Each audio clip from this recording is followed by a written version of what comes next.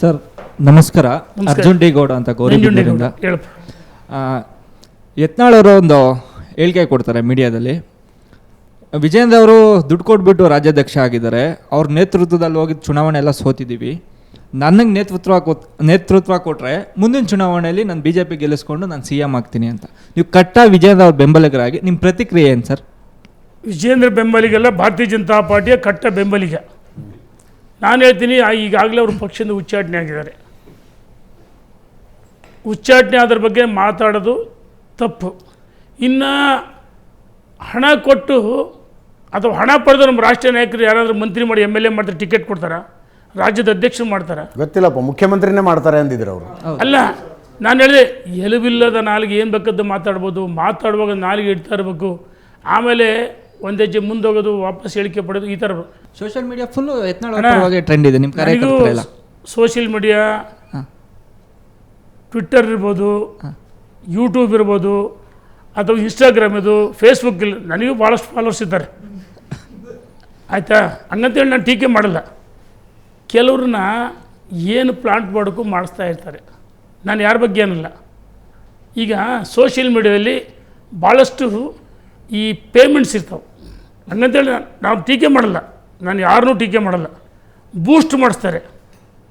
ನನ್ನ social media ಯಾವತ್ತೂ ಬೂಸ್ಟ್ ಮಾಡಿಸಲ್ಲ. ನಾನು ಹೇಳೋದು, ನ್ಯಾಚುರಲ್ ಗ್ರೌತ್ ಬರಬೇಕು. ಒಬ್ಬ ವ್ಯಕ್ತಿ ನ್ಯಾಚುರಲ್ ಬೆಳಿಬೇಕ ವಿನ ಯಾವುದೋ ಬೂಸ್ಟಿಂದ ಬೆಳಿಬಾರ್ದು. ಹಾಗಾಗಿ ಪೇಮೆಂಟಿಂದ ಹೆಂಗೆ ರಾಜ್ಯದ ಅಧ್ಯಕ್ಷ ಮಾಡ್ತಾರೆ? ಆಯ್ತಪ್ಪ,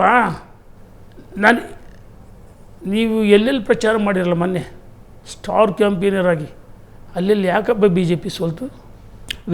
ಉಪಚುನಾವಣೆ ನನ್ನ ಟೀಕೆ ಪಕ್ಷದಿಂದ ಹೊರ ಹಾಕ್ತಾರೆ. ಅದನ್ನು ನಾನು ಆತ್ಮಾವಲೋಕನ ಮಾಡಿಕೊಳ್ಬೇಕಲ್ಲ.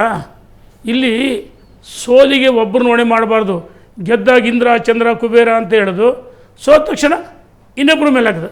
ಸೋಲಿಗೆ ನೀನು ಕಾರಣ, ಗೆಲುವಿಗೆ ನನ್ನ ಸಾಮರ್ಥ್ಯ ಅಂದರೆ ಎಂಥ ತಪ್ಪದು? ಇಲ್ಲಿ ಸಾಮೂಹಿಕ ಜವಾಬ್ದಾರಿ ಇರಬೇಕು. ವಿಜೇಂದ್ರ ಅವರು ರಾಜ್ಯಾಧ್ಯಕ್ಷರಾದ ಮೇಲೆ ಲೋಕಸಭಾ ಚುನಾವಣೆಯಲ್ಲಿ BJP ಪರ್ಫಾರ್ಮೆನ್ಸ್ ಕಡಿಮೆ ಆಯಿತು, ಬೈ ಎಲೆಕ್ಷನ್ ಪೂರ್ತಿ ಸೋತು ಬಿಟ್ರಿ. ಅದು ವಿಜೇಂದ್ರ ಅವರ ಸಂಘಟನಾ ಶಕ್ತಿಯ ಮೇಲಿನ ಪ್ರಶ್ನೆ ಅಲ್ವಾ? ಈಗ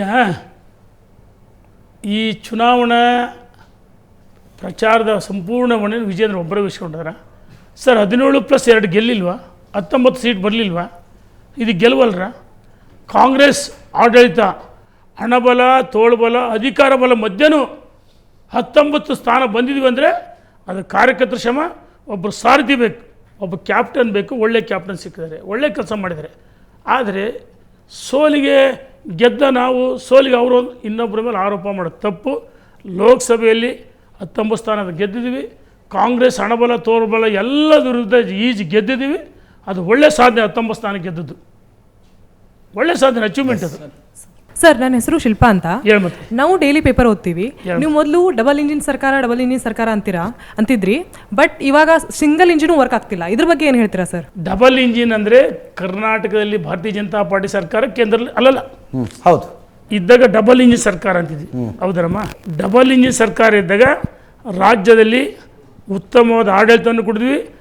ಮೂಲಭೂತ ಸ್ವಲ್ಪ ಶಿಕ್ಷಣ, ಕುಡಿಯುವ ನೀರು, ಕೆರೆಗಳು ತುಂಬಿಸೋದು, ನೀರಾವರಿ, ವಿದ್ಯುತ್ ಕ್ಷೇತ್ರದಲ್ಲಿ ದೊಡ್ಡ ಕ್ರಾಂತಿಯನ್ನು ಮಾಡಿದ್ವಿ. ಯಾವುದೋ ಕಾರಣ ಸರ್, ಅದೇ ನಮ್ಮಲ್ಲಿ ಹೋಗ್ತಾ ಕೆಲವು ಕಾರಣದಿಂದ ನಾವು ಸೋತಿದ್ದೀವಿ. ಬಿಟ್ಟು ಭರವಸೆ ಯಾವುದೋ ಕಾರಣ ಸೋತ್ವಿ. ಅದನ್ನು ಮತ್ತೆ ಸರ್ ಒಂದ್ಸರಿ PM ಆದಮೇಲೆ ಮತ್ತೆ ಓಪನ್ ಮಾಡಬಾರ್ದು, ಎಲ್ಲ ಹೆಣ ಹೂತು ಬಿಡ್ಬೇಕು ಅಂತ. ಹಾಗಾಗಿ ಅದು ಚರ್ಚೆ ಮಾಡಿದವ್ರು ಭಾಳಷ್ಟು ಕಾರಣ ಹುಡುಕ್ತಾ ಹೋಗುತ್ತೆ. ಹಾಗಾಗಿ ನಾನು ಹೇಳೋದು, ಈಗ ಕೇಂದ್ರದಲ್ಲಿ ನಮ್ಮದೇ ಸರ್ಕಾರ ಇದೆ, ಇಲ್ಲಿ ಕಾಂಗ್ರೆಸ್ ಸರ್ಕಾರ, ಸಿಂಗಲ್ ಇಂಜಿನ್ ಸರ್ಕಾರ.